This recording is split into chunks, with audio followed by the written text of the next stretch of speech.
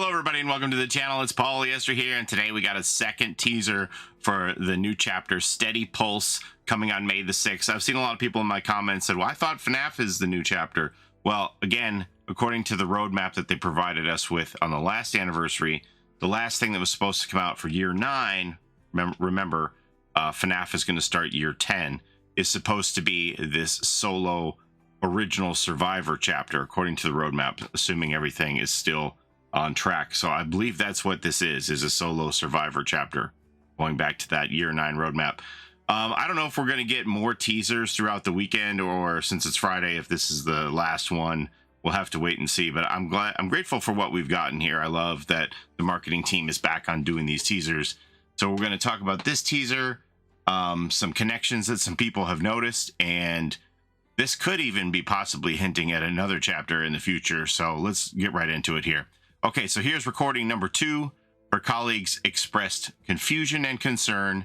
She's never missed a shift. New recording number 2. I am dead tired. To make matters worse, my eyes are like so bloodshot. Nothing comforts a patient like scary-ass red eyes staring down at them. I think I need more sleep. But Screams in the Dark is having this big event.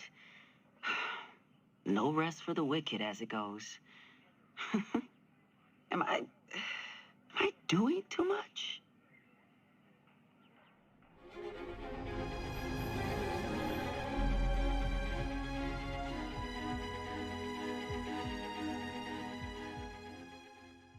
Okay, so in the second recording, I think we can confirm that it is someone who is a healthcare professional, where they say nothing comforts a patient like scary ass red eyes staring down at them. So it's somebody who is in healthcare, doctor or nurse, it would seem.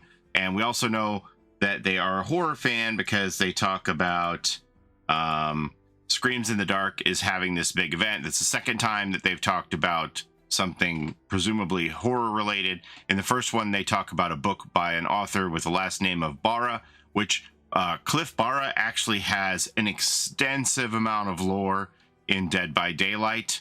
We'll get into that in a minute. Now, after the first audio teaser came out, some people said that they instantly recognized the voice of Angelica Ross, who starred in, among other things, American Horror Story 1984. So they believe whoever this new character is, it may be voiced by Angelica Ross. I'll do a little quick comparison sampling here, and you can see what you think.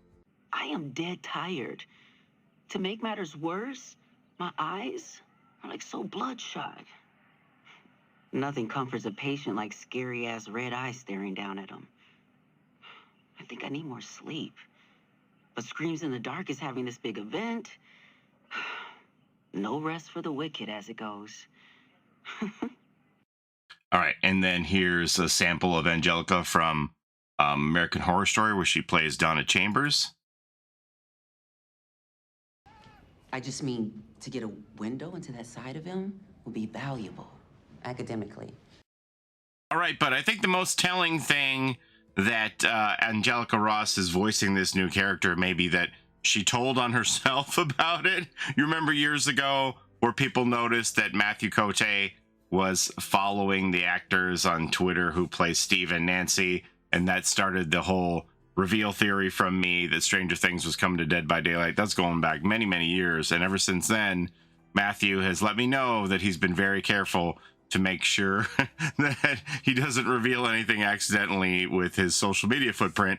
Well, it looks like Angelica wasn't briefed on doing the same, because she has liked the first tweet from Dead by Daylight with the first recording here. So it seems very likely that Angelica is voicing this new character.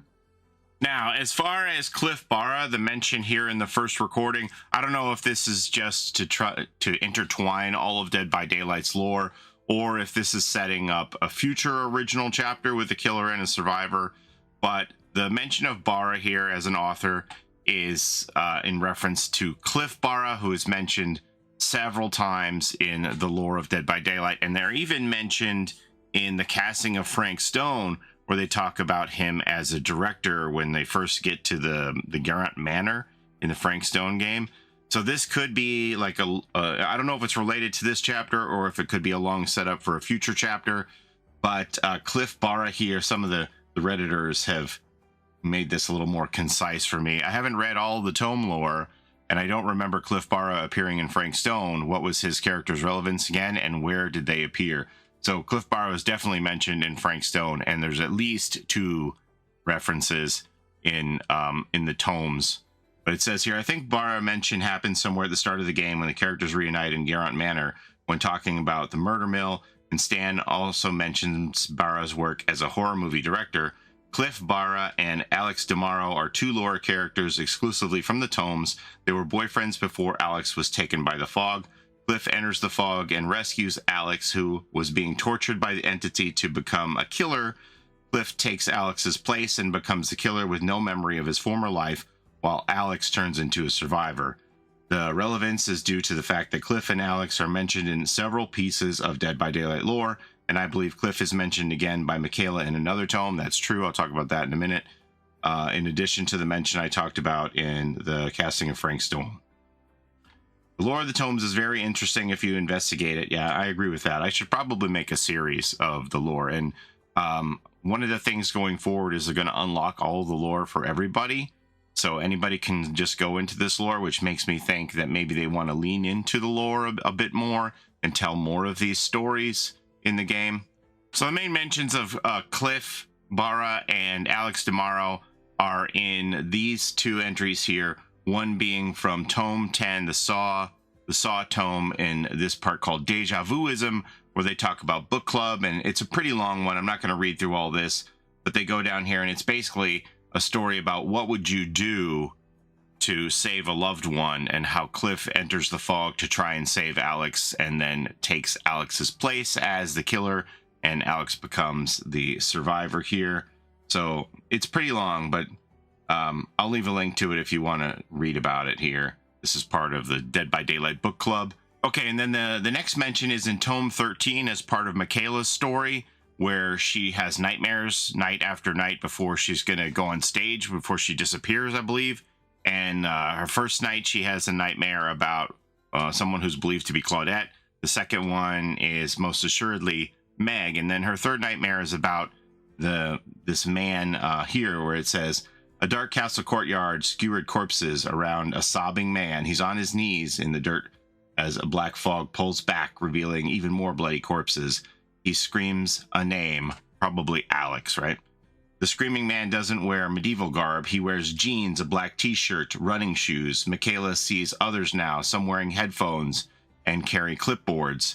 The stonework is actually painted wood. The ramparts are cardboard. The corpses are mannequins decorated to look like the dead.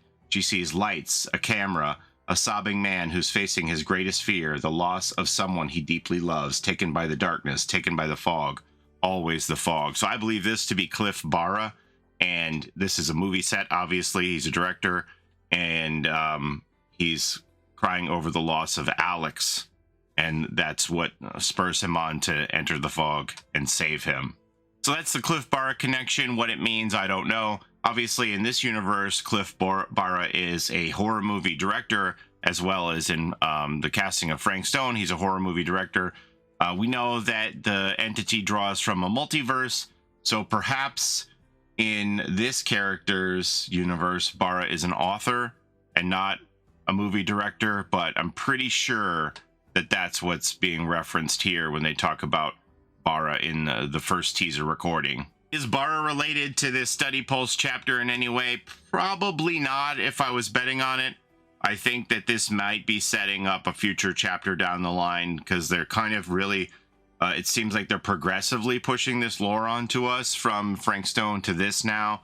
Maybe Barra and Alex are going to be in a future chapter. I don't know. But I think certainly what we can take from this is that this is a person who is a health professional. First, we have the hospital sounds, the hustle and bustle, and the beeping of machines in the first one. And then they talk about how there's someone who comforts patients here. So that's all we've got so far. But yeah, that's all I have for you today. Let me know what you think about all of this. I hope you found that interesting. I'll leave links to those archive entries if you want to read through them more closely in the description below. That's all I have for today. As always, let me know what you think. Don't forget to like, comment, and subscribe. It helps the channel a ton. And don't forget to take care of each other in and out of the fog. We'll see you next time. Have a great day, everybody. Bye-bye. It's a Gen Rush life for us. It's a Gen Rush life for us. Set a hiding, we do gens. Set a randoms, we got friends. It's a Gen Rush life.